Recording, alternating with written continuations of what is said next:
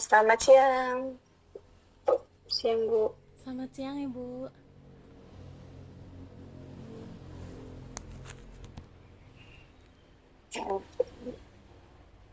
Oke, panggilannya Mbak apa, Bu?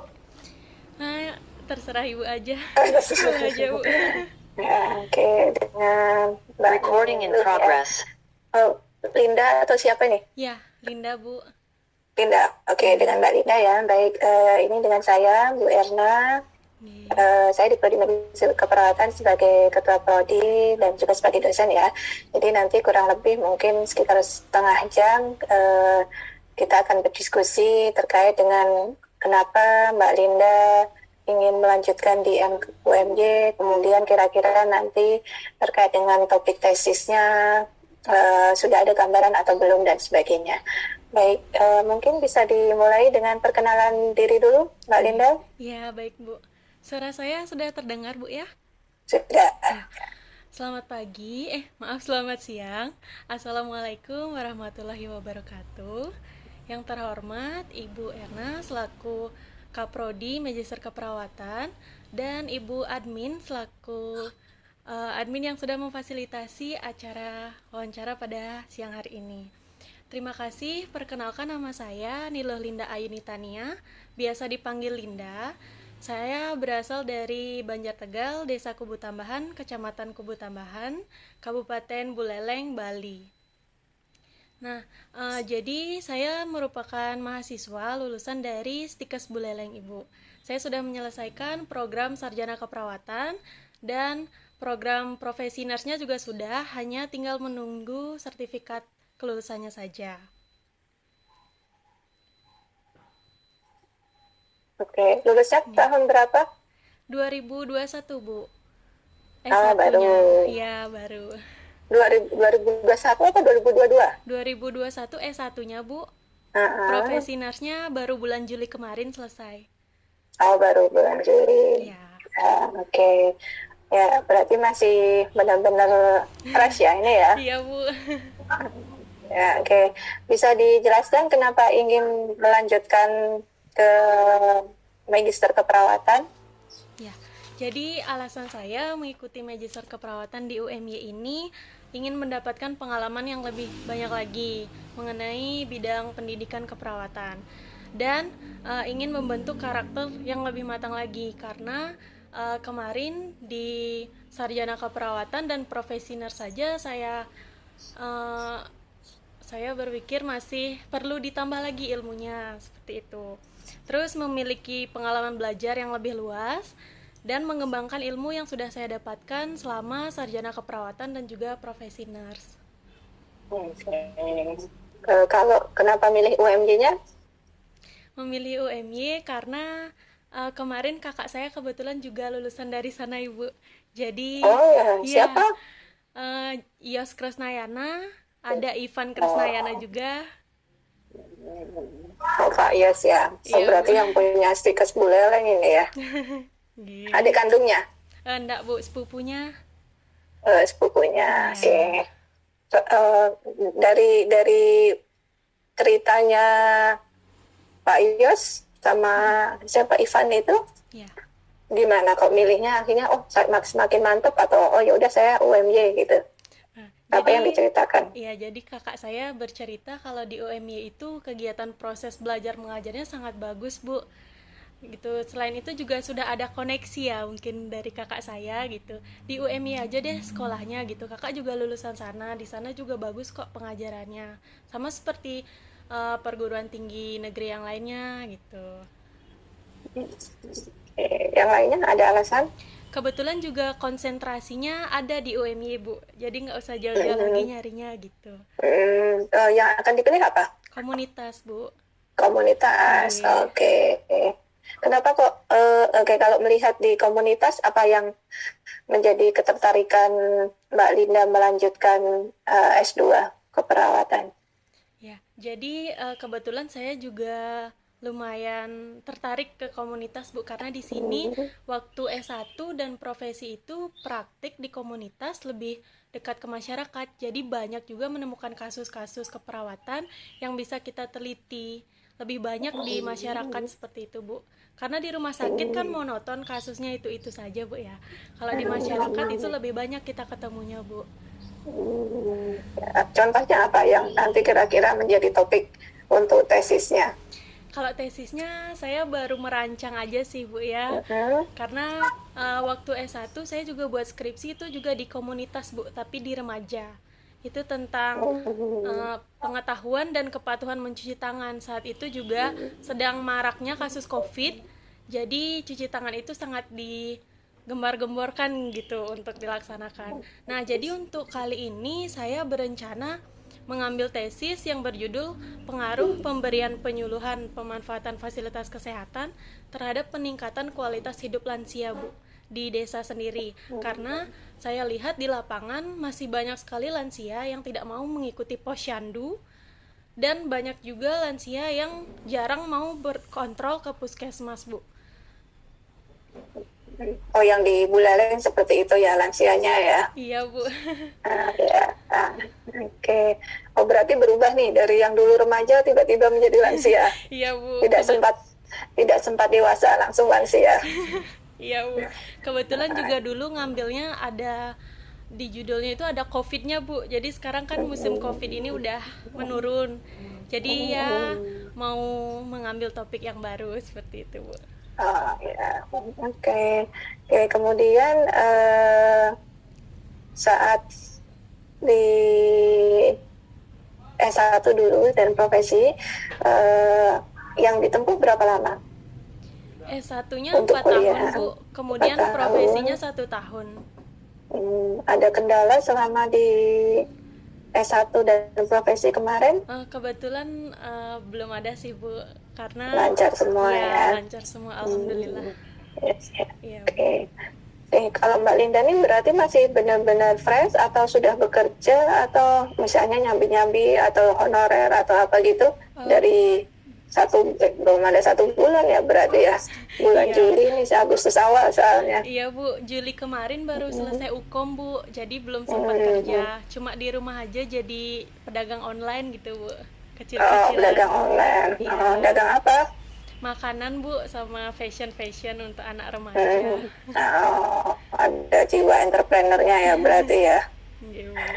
Ya, oke, topik tesis sudah. Nah, mungkin bisa disebutkan kira-kira nanti kalau sudah misalnya sudah diterima di MK, kemudian kalau di MK itu kan nanti selama 3 semester ya kita waktu yang ditempuh ada 3 semester, jadi kurang lebih selama 1,5 tahun nanti lancar, kemudian nanti bisa menyelesaikan dan menyandang gelar magister keperawatan. Nah, kira-kira kalau sudah menyandang gelar magister keperawatan, apa yang akan dilakukan Mbak Linda ke depannya? Begini, Bu ya, mohon maaf sebelumnya. Saya masuk S2 ini dengan tujuan ingin menjadi dosen, Bu. Karena minatnya kurang sekali gitu, Bu, di pelayanan. Jadi kebetulan juga paman saya yang punya stikes gitu, maaf sebelumnya, Bu ya. Jadi disarankan untuk ke sana aja gitu supaya kerjanya sama keluarga gitu, Bu. Biar bareng-bareng di sana gitu. KKN ya berarti nanti ya. Apa itu, Bu? Punya keluarga, yang kerja keluarga sendiri. Satu keluarga. Jadi karena ingin menjadi dosen ya. Kalau di bayangan Mbak Linda kalau menjadi dosen itu yang seperti apa sih?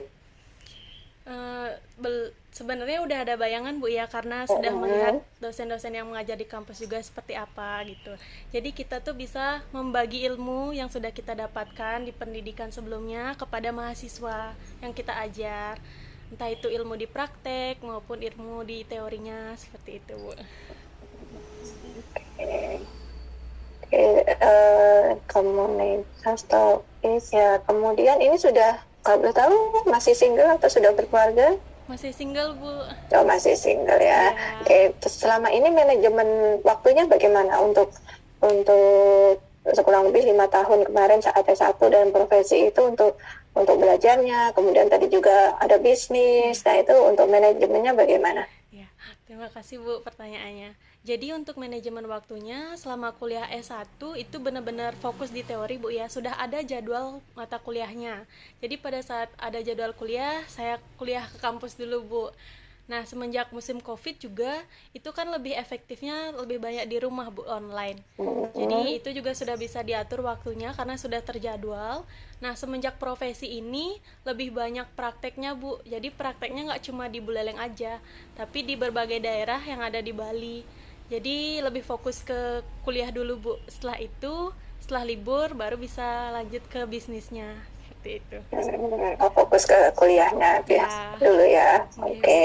Kemudian mungkin saya sedikit menjelaskan. Tadi sih sudah yang menambahkan. Jadi selain tadi waktu yang 3 semester, nanti sebagai salah satu syarat untuk ujian tesis atau nanti mahasiswa itu sampai bisa lulus itu adalah ada publikasi gitu. Jadi harus menerbitkan minimal satu artikel di jurnal nasional terakreditasi Cinta 2 minimal ya, atau jurnal internasional. Nah, mungkin nanti sambil menunggu pengumuman dan sebagainya bisa mulai searching atau mungkin bisa tanya ke Yos ya.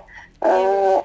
Ya apa kalau jurnal Cinta 2 apa aja di peralatan, mungkin sendiri jurnal Cinta 2 keperhatian itu ada jurnal apa saja, kemudian yang di situ ada papernya terkait apa saja. Jadi nanti yang tadi terkait dengan topik lansia itu kira-kira yang bisa diterbitkan atau yang lebih besar kansnya atau kesempatannya untuk diterbitkan itu yang topik-topik apa seperti itu. Kemudian juga boleh juga jurnal internasional. Jadi nanti dicek seperti apa sih untuk bisa menghasilkan satu naskah publikasi, nanti bisa dicek di situ. Walaupun nanti tetap ada bimbingan, tapi paling nggak selama menunggu pengumuman sudah ada gambaran, sehingga nanti kalau misalnya sudah mulai perkuliahan sudah langsung on-nya tuh cepat gitu, jadi langsung wes kayak gitu, gitu ya. Kemudian selain itu syaratnya adalah TOEFL dan sebagainya. Kemudian juga di semester 3 nanti ada praktek ke luar negeri gitu. Mungkin dia udah pernah dapat cerita dari Yes juga ya. Jadi ada praktek di luar negeri, nanti bisa memilih negara, kemudian bisa di Malaysia atau di Taiwan, tapi tergantung nanti kondisinya bagaimana. Dalam arti karena kondisi COVID ini kan tidak semua negara membuka pintu gitu. Jadi kalau yang pengalaman sebelum COVID itu bisa milih ke Taiwan atau ke Cina atau ke Malaysia, atau kalau yang tahun sekarang ini ke Malaysia atau ke Spanyol malahan. Jadi bisa ke Eropa kalau ada keinginan ke sana. Jadi ada nanti bisa dipersiapkan juga ya, misalnya terkait persyaratan paspor dan juga biaya dan yang lain-lain. Kemudian yang jelas kalau dari Prodi itu menginginkan nanti yang sudah masuk dan sudah diterima menjadi mahasiswa itu lulusnya tepat waktu. Jadi bisa mulai di manage, saya harus menyelesaikan tugas ini kapan, saya harus menyelesaikan tesisnya kapan, ujiannya kapan, itu bisa mulai dijadwalkan saya harus bagaimana proses belajarnya dan sebagainya. Begitu ya Mbak Linda ya. Iya, Bu. Ini untuk yang pertanyaan terakhir. Oh ya, sebentar sebelum terakhir ini nanti mohon maaf kalau untuk biaya apakah sendiri atau ada beasiswa atau yang lain? Ada beasiswa dari kampus, Bu. Dari Stikers Buleleng? Iya. Oh, yang di cover apa saja? Semua, Bu, semua biayanya. Kemarin pendaftaran juga sudah dikasih. Terus biaya yang lainnya juga, Bu. Oh, oke, dari SPP, biaya hidup dan sebagainya ya? Iya, Bu. Ya, berarti nanti selama kuliah tetap bekerja, belum tetap yang belum bekerja ya, kan maksudnya ada kewajiban untuk bekerja dulu atau fokus ke kuliah dulu, nanti kalau udah selesai baru kembali lagi ke Stikesnya. Fokus kuliah dulu aja, Bu. Fokus kuliah dulu ya. Oke, jadi kan kalau fokus kuliah mudah-mudahan bisa sesuai dengan yang ditargetkan dari Prodi ya. Oke, kemudian pertanyaan terakhir, kira-kira bisa disebutkan atau dijelaskan kekuatan dan mungkin kalau dari sisi kepribadian ada yang lebihnya, kemudian ada yang kurangnya, yang kira-kira nanti terkait dengan proses belajarnya. Kalau kekurangan dan kelebihan, jujur saya nggak bisa menilai diri sendiri Bu ya. Tapi kalau untuk dalam proses belajar itu dalam pengaplikasian Microsoft Excel, Word, PowerPoint itu saya bisa Bu. Hmm.